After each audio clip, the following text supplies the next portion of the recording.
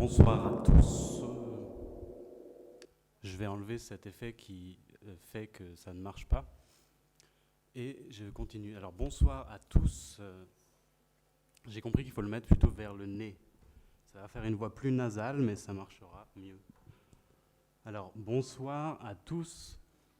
Je suis ici pour vous raconter la légende des Néandertals. Alors j'avais promis que j'amènerais un crâne de Néandertal et je ne l'ai pas. Donc j'étais un peu embêté, j'ai voulu chercher un moyen d'en parler ou de le projeter. Puis je me suis dit que le mieux, ce serait de faire une alternance entre je parle des Néandertals et puis je fais un morceau à propos d'un truc. C'est plus... Voilà, ça se passe, quoi. Mais c'est pas particulièrement non plus très cadré, quoi. C'est des essais, etc. Ça commence par la légende des Néandertals. Il faut bien imaginer que les Néandertals, ils avaient beaucoup de légendes, mais on n'a aucune trace, parce qu'ils n'avaient pas inventé l'écriture, donc on ne peut pas savoir exactement qu'est-ce qu'ils ont inventé comme mythologie, etc. Ce qu'on peut savoir, par contre, c'est que aujourd'hui, on sait... En fait, maintenant, on sait qu'il y a eu un impact des Néandertals sur les Homo sapiens, qu'on a du Néandertal, quoi, en gros. Ce qui voudrait dire que de proche en proche, petit à petit, comme ça, il y aurait eu une diffusion des anciennes cultures néandertales et des anciennes manières de se sentir être un être humain néandertal quand on imagine une société qui est basée sur d'autres... non seulement d'autres rituels sociaux, mais aussi d'autres manières de communiquer simplement, il faut imaginer qu'il y a tout ce qui va avec, quoi. Ça veut dire qu'on a une manière d'être. Et notre manière d'être des humains maintenant, elle est un petit peu circonstanciée, elle est circonscrite dans l'époque dans laquelle on vit, dans les 100 dernières années qu'on a vécues, on va dire, qui sont basées sur quelques milliers d'années maximum. Tandis que la culture néandertale, c'est 200 000 années, quoi. C'est un peu plus, on va dire, que ce qu'on connaît aujourd'hui et que ce qu'on admet comme étant notre culture. Alors, voilà, maintenant c'est la chanson de la légende des Néandertals. C'est ça.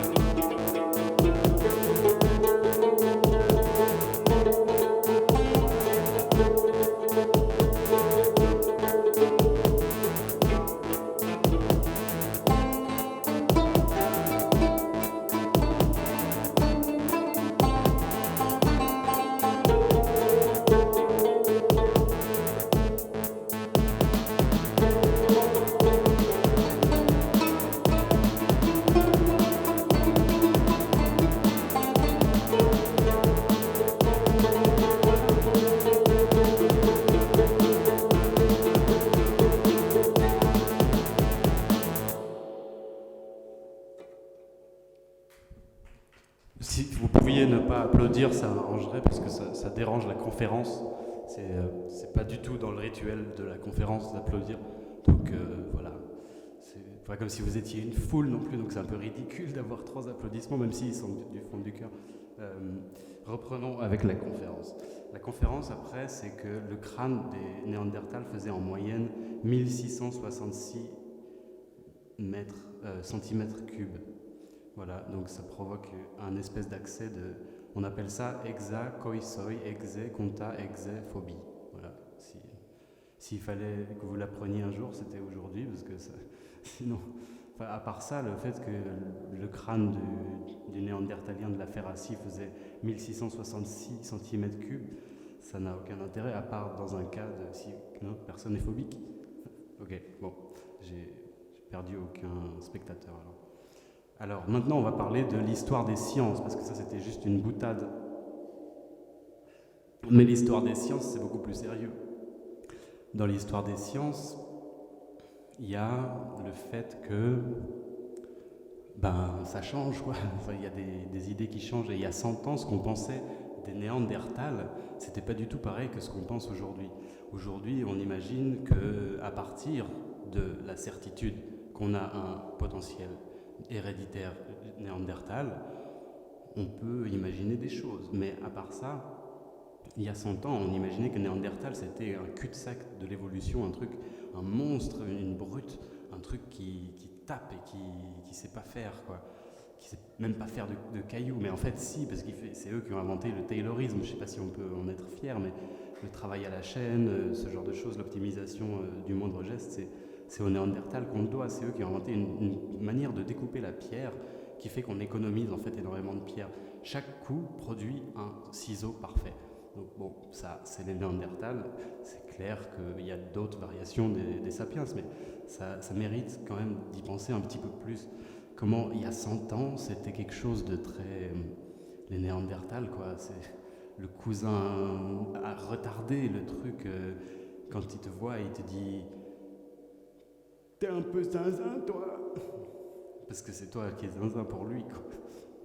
Parce qu'on parle pas de la même façon et du coup on n'a pas les mêmes habitudes. Et si on se norme par rapport à nos habitudes, forcément ça marche pas. Alors je me suis dit, c'était l'occasion d'essayer de parler un petit peu en faisant de la musique, parce que sinon c'était un peu trop compartimentation. Alors, l'histoire des sciences, l'histoire des Néandertals, je vais enlever un peu de reverb là, ça me dérange. Mais je sais pas où faire. Ça doit être ça, voilà. Alors, l'histoire des sciences a beaucoup de choses à nous apprendre après aussi à propos de la manière dont ils perçoivent l'Homo sapiens.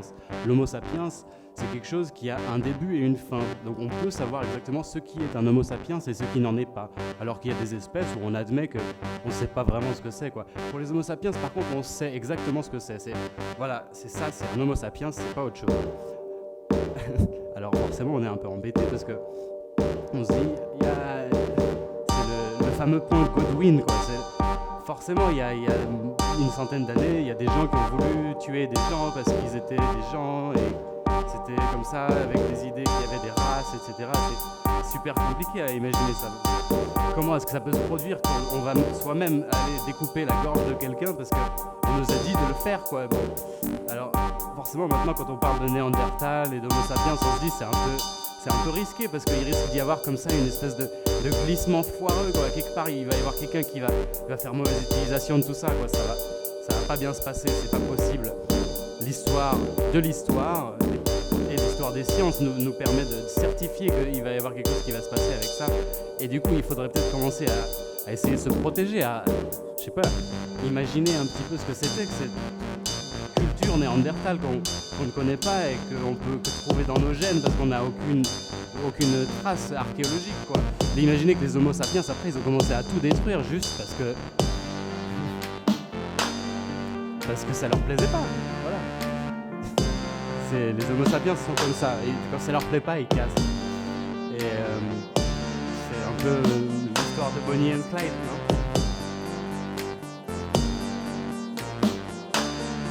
Bon, on change alors. Il y a d'autres choses intéressantes à trouver de ce côté-là, l'intolérance, comment est-ce qu'on s'éduque à l'intolérance ? Comment est-ce qu'on peut s'éduquer à la tolérance ? Est-ce que ça existe en fait ? Et comment le faire alors ? C'est un peu compliqué, quoi, parce que l'histoire l'histoire des sciences nous permet de démontrer que c'est pas un composant scientifique, la tolérance, c'est une fiction inventée par Voltaire dans un mauvais rêve, ou je sais pas, un truc comme ça. Il s'est dit oui, on va mettre ça va être objectif, c'est super, on va tout connaître, voilà. On saura tout. Un jour, le progrès aura atteint ce moment-là, on saura absolument tout et ce sera génial.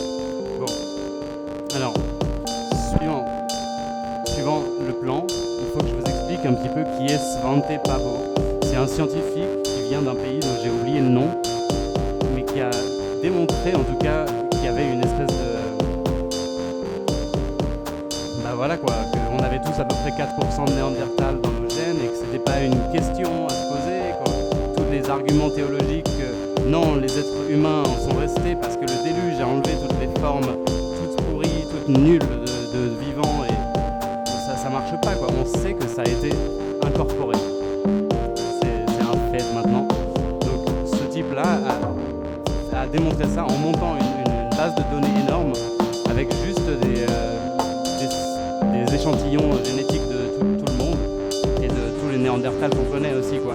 Ce qui permet un petit peu de passer comme ça de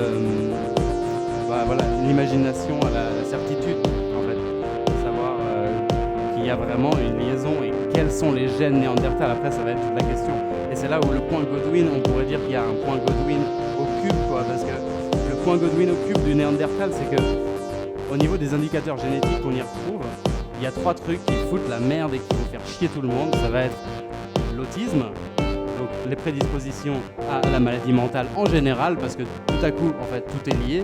L'autre chose, c'est l'homosexualité, parce que tout à coup, ça y est, c'est un truc, ça existe. Il y a des gens qui sont étranges, ils sont pas comme nous, quoi. C'est un peu des autres, quoi. Ils réfléchissent pas comme nous.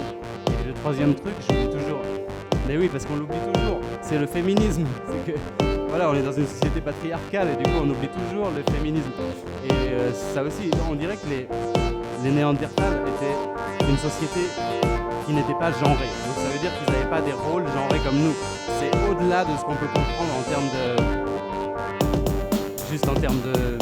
de spéculation. Parce que imaginez que toute la société est basée sur le fait que ce soit les femelles qui aillent à la chasse et les mâles restent à la maison et ferment leur gueule. C'est juste un peu trop quoi, on a un peu du mal à s'imaginer. C'est pour ça que c'est bien en fait, parce que vu qu'on a du mal à s'imaginer, c'est qu'il y a un truc, c'est un peu nos limites. Bon alors, maintenant qu'on a trouvé nos limites, on va continuer à parler de Néandertal et le conflit avec Homo sapiens. Alors là, c'est techno les gars. Alors imaginez Homo sapiens arrive comme ça. Ils arrivent, on a des mecs, ouais, c'est cool. Et puis les Néandertals sont là, ouais, on est des Néandertals, c'est cool. On fume des spliffs et tout, on mange du pollen, c'est un peu, voilà quoi. Ils savent pas trop quoi. Enfin peut-être qu'ils savaient en fait, mais peut-être qu'on sait pas. C'est ça le problème, c'est qu'on ne peut jamais être sûr. Alors, arrivent les sapiens.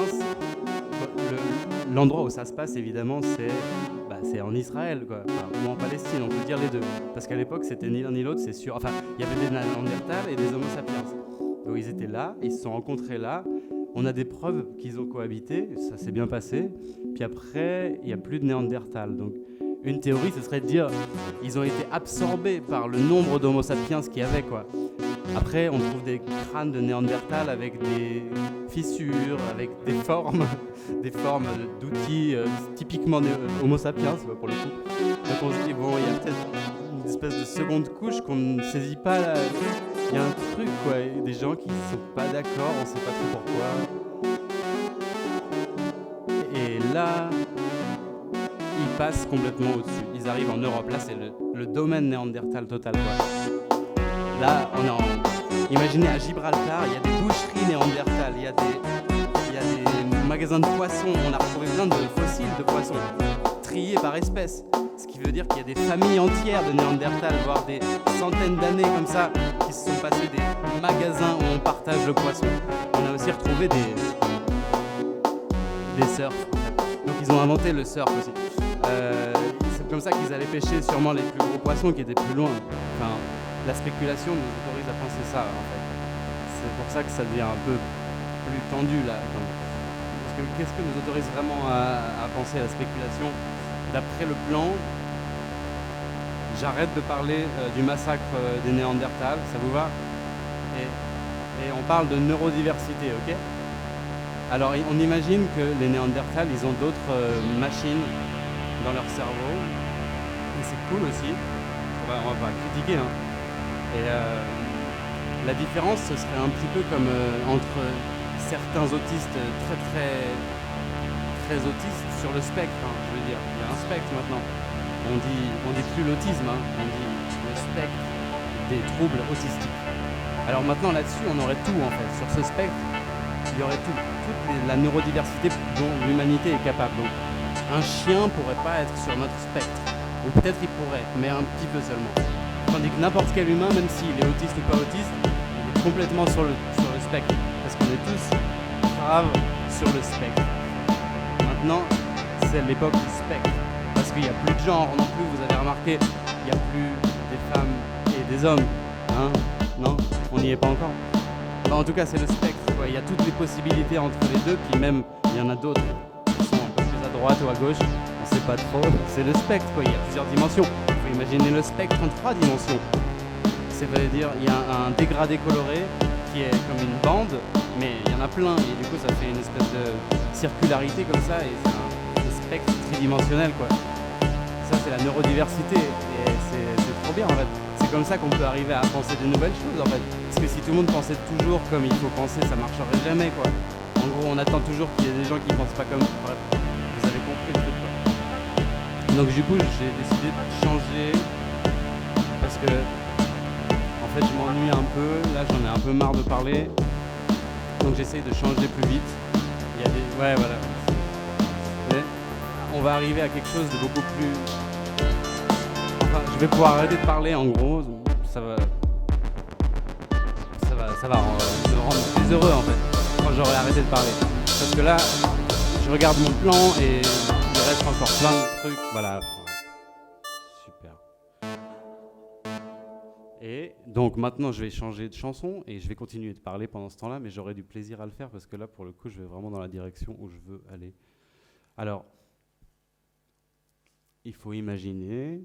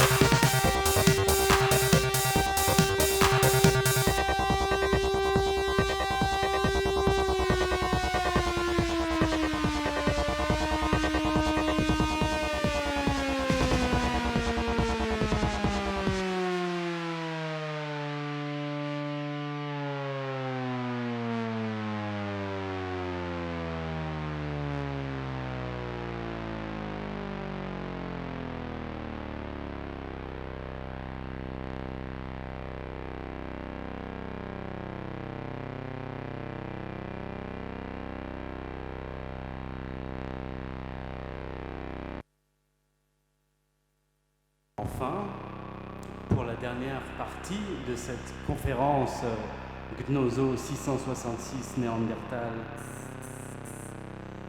je vais vous jouer un dernier morceau qui s'appelle Onu Sev. Alors, Onu Sev, il faut comprendre, c'est du turc, c'est l'abréviation des prénoms de ces deux personnes qui sont incarcérées et pour lesquelles la bienséance du monde s'érige en néandertal. Voilà, il faut qu'il y ait un pouvoir politique de feedback du peuple et tout. Ouais, c'est clair. On va trop leur mettre la pâtée. Ouais. C'est trop bien. Là, il devrait y avoir des sons, c'est bizarre.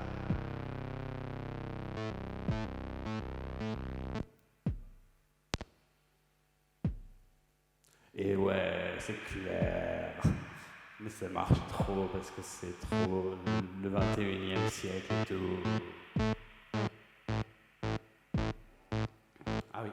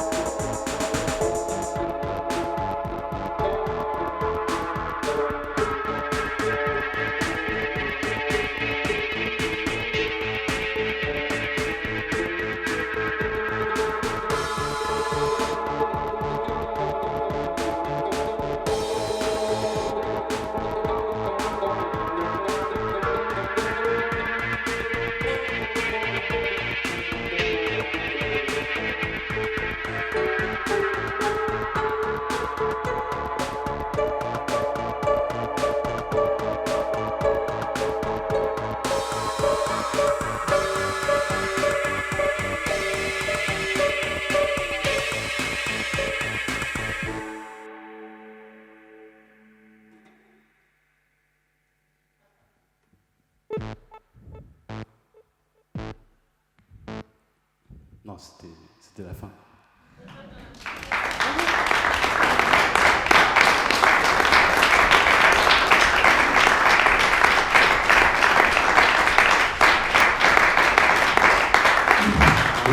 Un grand merci à Paul pour l'invitation. Et voilà, un grand merci à Paul pour l'invitation et maintenant place à la suite.